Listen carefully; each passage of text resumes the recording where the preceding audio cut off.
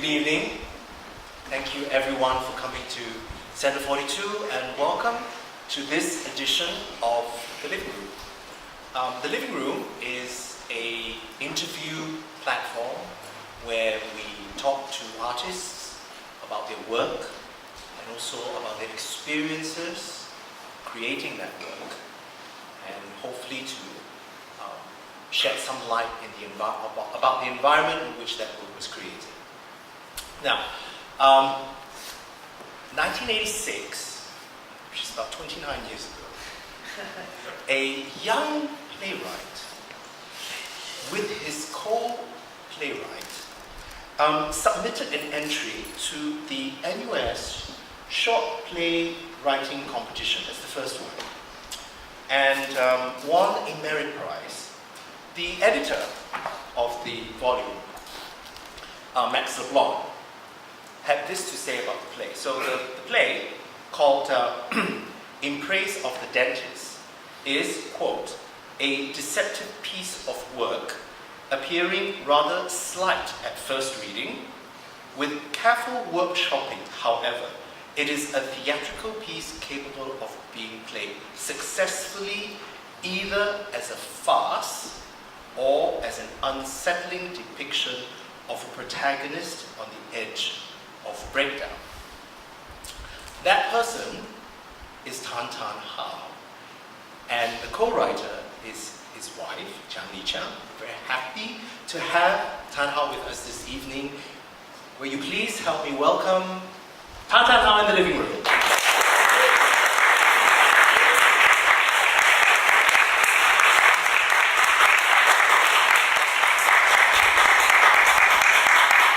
I read you that quote simply because I think Max LeBlanc, back in 1986, quite aptly captured the craft of Tan Tarn, that he's capable of writing a piece that can encompass a farcical element, yet be capable of really depicting something unsettling, right? So we're not going to start from the beginning. We're going to start from the recent past. A play called Fear of Writing that was staged in 2011. Just leave this here. Now let me just also kind of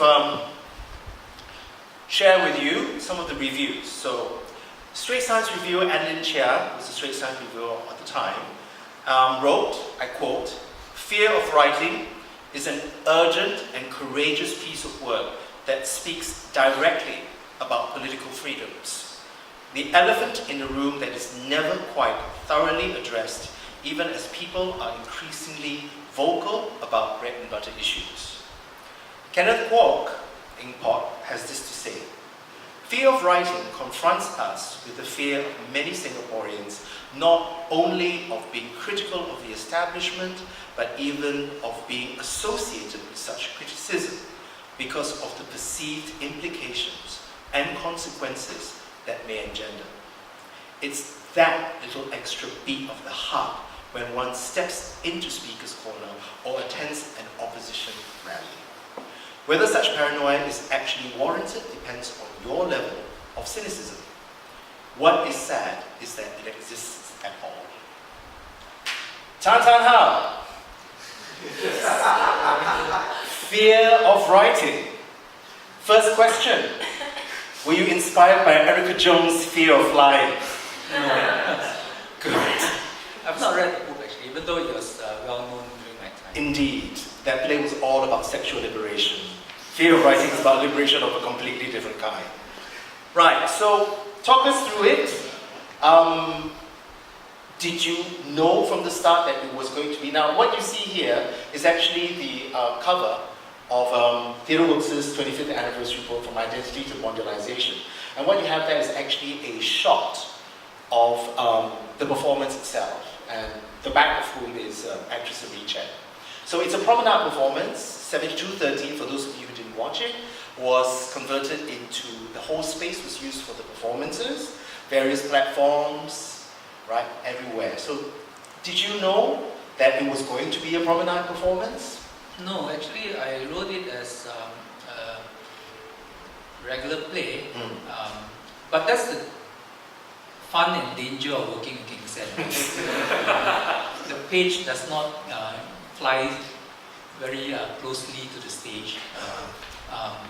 So I did not conceive it of being staged as that, definitely. Okay, so when did you find out that it was going to be staged like this, or were you? By the time it was too late, I guess. No, it's a great production. I normally don't get very involved in the rehearsals and all. Normally I just give the script to the director, and very late on he will say, "You want to come and hear read, you know." And by the time I saw it, it was pretty much formed as it was presented. Okay. So even if I had wanted to protest, which I didn't want to protest because I think it was a lovely production, but it would have been too late. You know? I think that's probably King San's technique as well. Indeed. To get it too late. Indeed. I'm just going to go into those of you who don't have this collection. It's a play in 3 acts, which actually is kind of odd because the act 1 and 3 are the frames of the play. Yeah. So, but the actual play itself, or the play within the play within the play, is actually in Act 2. Now, my question for you is: did you write it with the Act 1 as a frame, Act 3 as a frame, or did you just write? Because it seems to me that Act 2 is the heart of the play, and 1 and 3 were sort of added on to frame it. It was a very difficult play to write. I took 10 years to write, and it seemed like I was in between writing 2 different plays. Then I realized that actually they could be one play. And the fear of writing about Chi Sun Juan, even though it had diminished by the time the play was staged, was something I really want to deal with. And I was also very sort of consumed with this idea that does theatre do anything, right? And when I first wrote Lady of Soul, I thought theatre would change people, right? It change society, but it doesn't. And I later realized that it was because people, the audience now just appropriates the play as always entertainment, titillation, as a night out, rather than addressing the subject of the play. The most they will say, "Wow, it's very brave, you know," or it's it's a bit scary, right? But the minute they go out of the theatre, it's like they are back to the Char Kway Teow at Newton Circus, and the next day they are going back to work. It's as if there's a sort of wall, a fifth wall, right, between the life outside and theatre inside. So theatre became commercialized, even though serious theatre, political theatre became commercialized, became appropriate. So, and I was very consumed with that, and that's why I decided to put the frame in, to bring back the fear of to the act of attending theatre, of participating in art, right? Because the audience must have the risk, right? And that risk has diminished over the years, partly maybe because of what the theatre people are doing, but partly because the audience is ever capable of taking things and then doing whatever with it, right? Without really considering what the original purpose of the work was. Yeah. Well, you've actually written about that directly. In scene 44, it says, and this actor playing the writer, and it's, I quote, "I've decided not to do the play. Theatre fails. Art fails. It is a distraction. Doing changes things. Writing is not doing. Really, writing is just masturbation." Do you still believe in that? Yeah, I think it's. I think that we are in a sort of crisis. If you are doing political work, you are in a sort of crisis in Singapore, because how do you confront an audience which actually doesn't see things politically at all, right? It sees things through consumerist through entertainment eyes, right? And so the lens is totally different. It's as if you are presenting an elephant, right? And then they see a lion, always. So always they're looking for how like a lion it is, they never see the elephant. And I think we are in crisis because we are so much political work now, right? But nothing changes. Maybe a small group of people change. And nothing has changed since field writing. Nothing has changed since Lily of Soul, right? Essentially, we are back to the past. And I would even say that the past has never left us. And that it is a crisis, right? So I think that can we afford to continue doing theatre in the same way, talking to the same small audience, right? We just had a election which is watershed in ways which were extremely unexpected. And that says so much about the development, not just of the politics in Singapore, but all those people who are involved in the process of trying to bring about change, right? Civil society, political parties, political artists, journalists. I want to just move into the choice, for want of a better word, the dramaturgy of this piece. It's fragments and written in almost like series of monologues or speeches, talking heads, but they are, the frame is, a group of actors play roles. They play the writer, they play the director, they play the newscaster, they play the expat, all these stock characters that you have in there. So the conceit, for want of a better word, is that a group of actors with the director want to stage this piece. They haven't got the license to do so. They've invited everybody who is attending the show as special guests because, I'm having a party. It's a party. So 7213 actually changed itself in the party. There was music, there was lights and all, right? So it was a party, come in, and then there's a conceit in the end that kind of closes the frame. Now the Talking Heads. Now this is one of the few, I think the only play that you've written that consists almost entirely of talking heads, whereas the others, what was the decision behind these fragments in the talking heads? I sort of very purposely wanted to make it not a well-made play, not you have to follow the plot. In fact, I purposely make it boring, right? So that you have to attend to the boringness, right? As a device. So, for example, the long excerpts about character assassination and about academic freedom, right? They're actually very boring as theatre, right? It's very static. But I made sure that it is there so that the audience pays attention. Why is this boring? Why is he doing this? So, in a way, now that I think about it, it's very meta theatre. Yes. Right? It's a question of, is it theatre performance? Do people, once they think that they are in a private party, right, as it was configured, right, do the experience of it change as theatre, right? And if you configure yourself as a private party, right, what if the government says that you are not a private party, which is if the self-reference in the play, right? And so I purposely make it challenging, right? Of course, King Sen being King Sen, sort of try to subvert the boringness, right? Being a theatre person, and I think that to some extent it became very performative. Yes. But I think the sort of the density, right, the static nature of the writing, I think came across to some extent. Yes. Yeah, and people are saying that, hey, this guy experienced playwright, right? He knows how to move a plot, right? Why is he not moving a plot here? Is he failing? Or maybe for a question, he's actually intentionally doing it. And if once you ask the question, then say, why is he doing it, right? And I think that question becomes interesting now. Yeah. For me, at least, I don't know whether what it is. Well, Tan Tarn, I would like to let you know that you come from a wonderful tradition of talking head theatre.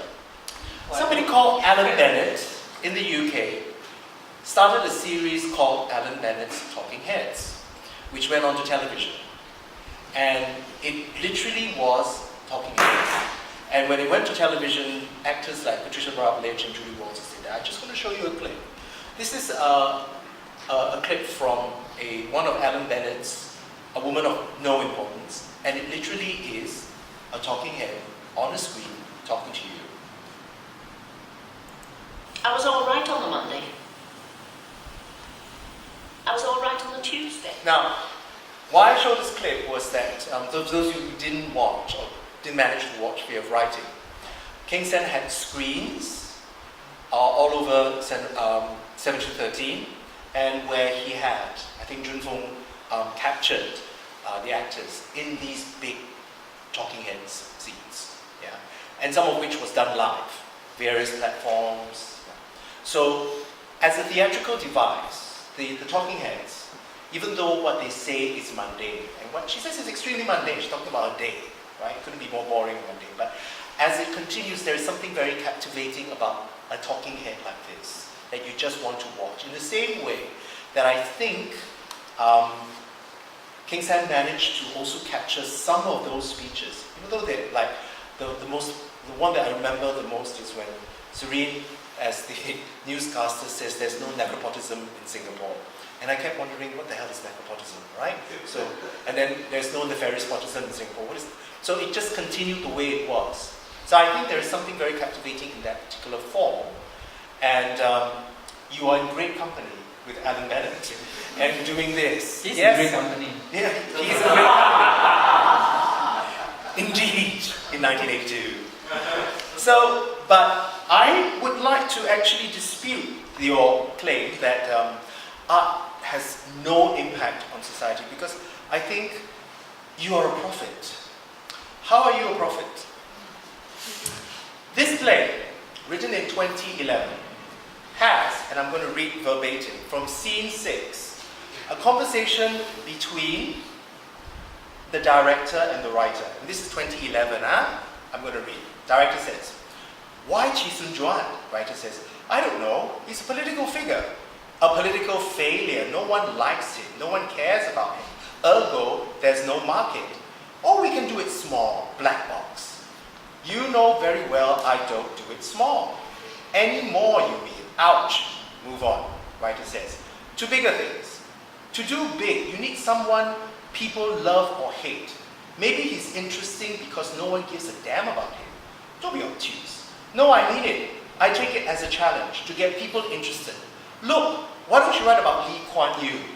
There's always a market for the old man. Boring. He's not boring. Boring as in it's so easy it's boring." Director says, "Think of it. LKY the musical." You are responsible. So don't tell me art does not affect society. 4 years later, in 2015, we were all treated to LKY, the musical. No, I mean, so again, something very prophetic about this. Apart from this, I'm making fun of it, but as you write about this, and in 2015, Mr. Chi Sun Juan made a comeback. Yeah. So again, it is true what you said, that the past never really does go away. It just comes back and revisits you, and the more you try to deny it, the more it will come back, not to say to haunt you, but it doesn't really go away until you engage it, I think. I think that's one of the biggest things that Fear of Writing says, is you have to engage fear, or else it will be omnipresent and perpetually be there. So yes, 2011, 2015, LKY the musical. You heard it here first. Right, I just want to read you one more clip, and I want you to respond to this. This is, I think, one of the very nice monologues. I'm just going to read the end of it. This is Act 1, Scene 46. Feel free to grab a copy and read with me. "Later, when I left the place because of circumstances outside my control, I thought about the nature of imperfection. There is first the imperfection of the material, and it seems to me that these can be tolerated. A television that does not give a perfect picture, or clothes that are less than totally fitting, a car that makes a rattling noise. Then there is the imperfection of the spiritual, and it seems to me that such imperfections, no matter how small, are intolerable. That is, we would be less human if we see these imperfections and do nothing about them." After I left that place of the rotting flesh, I also thought hard about those people who could not detect what was at certain times so obvious, no matter how faint. What made them lose their ability to smell? Or what had made them unable to smell it in the first place? And again, I go back to the question of what it is to be human, truly, fully human. Mr. Tan, elaborate. So, before this, there was a monologue about the rotting, a place where there's a lot of rotting smell, and the speaker is the only person that smells it and finds it intolerable. Yeah? So this is the reflection about that. So, still the same feelings, still, how does it feel listening to that? Are you in the same place, same headspace? How did that come about? Tell us more about it. I suppose that for me is sort of the center, the heart of the play. And I mean, Singapore, every society is strange in different ways, right? But Singapore is strange in the way that we have it, but we don't. We have a lot of things, but we lack certain really fundamental things and certain core things. A lot of people seem to buy the compromise, right? That it is a worthy trade-off, you know. And I'm not just talking about freedom, but I'm just talking about the being human and having connection with society, with other people, caring for things other than yourself, getting angry at certain things which are, you know, besides whether you're being served a cold plate of noodles or what, and a bit more principled human life. And I think that for me, it's a compromise it's a deal which I don't really understand. I think that is what I'm trying to grapple with. And in the sense that the sad thing is most of us, many of us, lack the capacity to, in a way, see that anymore.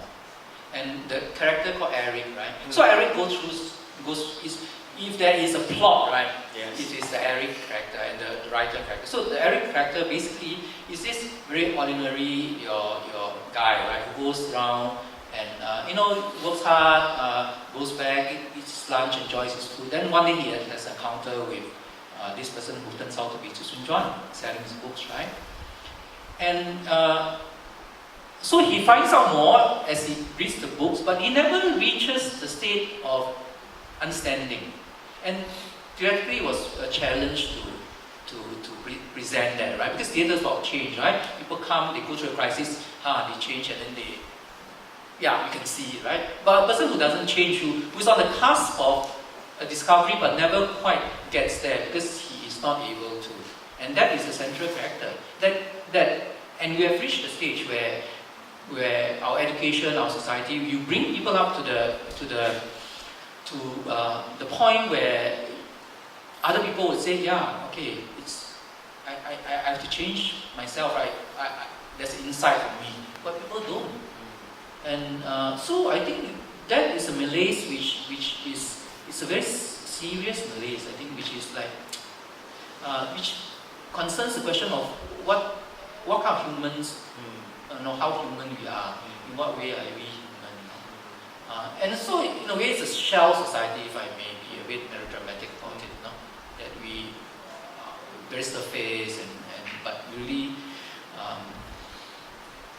are not very deeply human people. I mean, 30 years of education system which says that the aim of education, right, is to have a good job, right, move forward ahead. And I think that seeps through. And I used to think that the young people would change, right? But no, the young people are actually after national education and all that, right? They in fact they are as resistant. They were the new hope of 2011, isn't it? the young people, but nobody says the New Hope anymore because they voted exactly the same, well, almost exactly the same as everybody else. All right, young people. I think there are a few here. I think you should speak up. Anyway, there seems to be a lot of cynicism, and I can completely understand where they're coming from. However, I don't think I'm cynical. Because to be a cynic means to give up, right? Correct. Yeah. Then you might as well not write. And I work in my day job is a policy researcher. You cannot be cynical and be policy researcher because you presume that no matter how much they don't listen to you, there is a chance that they will listen to you. Right. A cynic actually thinks that there's no chance, right? So maybe I believe that we are spitting into the wind, but sometimes the spit gets far enough, right? I don't think it always comes back. Yeah, but that chance is very rare in Singapore. indeed. So I was about to say that there seems to be a lot of cynicism here, but I don't think there is. And if I may quote Neil Simon, another playwright, in his play, California Sea, he has this wonderful line where I think a couple, they used to be married, and one of them is a political campaigner, talks to the ex-husband, who is the writer, and says, "You're worse than a hopeless romantic, you're a hopeful one." Which I think that's what you are. And speaking of romance, we come 9 years back, so we're moving the clock back from 2011 to 2002. A play called Machines